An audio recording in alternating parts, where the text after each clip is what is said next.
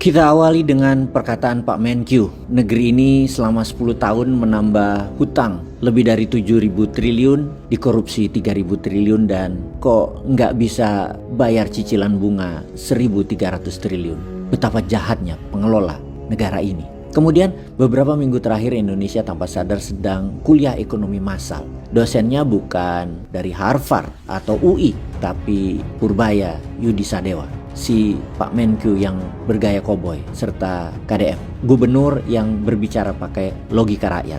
Mata kuliahnya dana mengendap di pemerintahan daerah. Materinya triliunan rupiah uang rakyat. Pelajaran ini semua orang jadi murid. Mulai dari guru SD sampai pejabat BUMN. Semuanya ikut nimbrung, diskusi, analisa, bikin thread, bahkan berdebat. Alhamdulillah, untuk pertama kalinya masyarakat bicara ekonomi dengan antusiasme politikus kampanye. Ini semua efek Purbaya. Apa itu efek Purbaya? Sobat bisa melihat komentar netizen dari guru di ujung desa sampai ibu rumah tangga, sosialita ikut buka data. Dari obrolan di warung kopi sampai di meja lunchnya para direksi BUMN. Rasanya Indonesia tiba-tiba punya jutaan analis ekonomi baru. Ini keren. Ini literasi publik yang hidup, dan kalau begini setiap hari dibahas, satu langkah lagi Indonesia bisa menjadi bangsa yang melek keuangan. Itulah sisi hidden gemnya Purbaya yang main di dua dimensi. Dia main di dua layar ekonomi sekaligus. Bayangkan uang daerah itu seperti mobil dinas. Kalau uang daerah itu disimpan di deposito, itu kayak mobil yang diparkir di garasi tanpa pengamanan, bisa dikendarai sama orang lain, tentunya orang bank ya. Bisa bank manfaatkan buat kredit, tentunya pejabat dapat fee, uang banyak diam.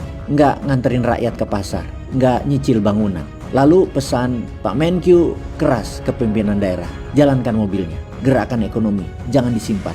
Sisi gelap lain dari uang giro atau bisa juga dikatakan floating money, tidak ada bunga seperti deposito, tapi bisa dipakai atau dimainkan oleh pejabatnya. Di sini uangnya hilang sebentar. Uang giro bisa dijual ke berbagai mainan keuangan karena keputusan geraknya uang tersebut ada di tangan pejabat yang menandatangani atau yang teken. Jadi kalau dana APBD ditaruh deposito, uang itu bisa dimainkan, yaitu diambil bunganya misalnya. Selisih bunga dibagi dua antara pejabat bank dan oknum Pemda. Legal di kertas, tapi ilegal di hati nurani. Fakta, di lapangan ada fee BPD.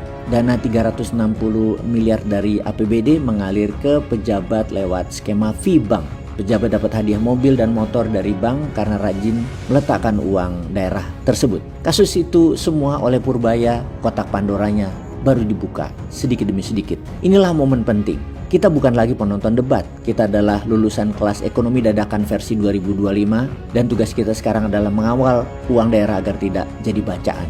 Lalu kita belajar dari KDM. Reaksi cepatnya atas informasi Pak Menkyu, KDM menyambangi BPK untuk mencari tahu mengenai informasi soal alur kas daerah Jabar karena ingin mengetahui langsung apakah alur kas pemerintah Provinsi Jawa Barat sudah benar atau tidak. Hal ini terkait dengan polemik data simpanan pemerintah daerah yang diperbankan.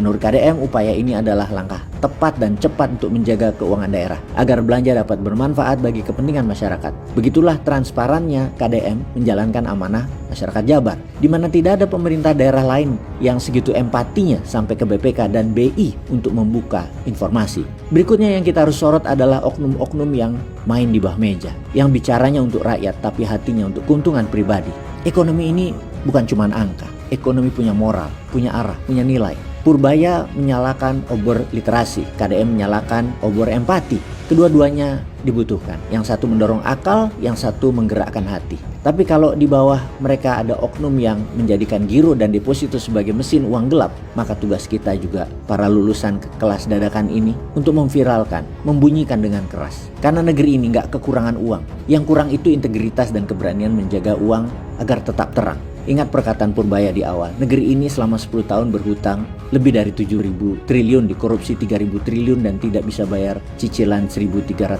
triliun. Ya itulah parahnya para mantan itu. Sahabat, enaknya kita apain ya para mantan itu? Peace.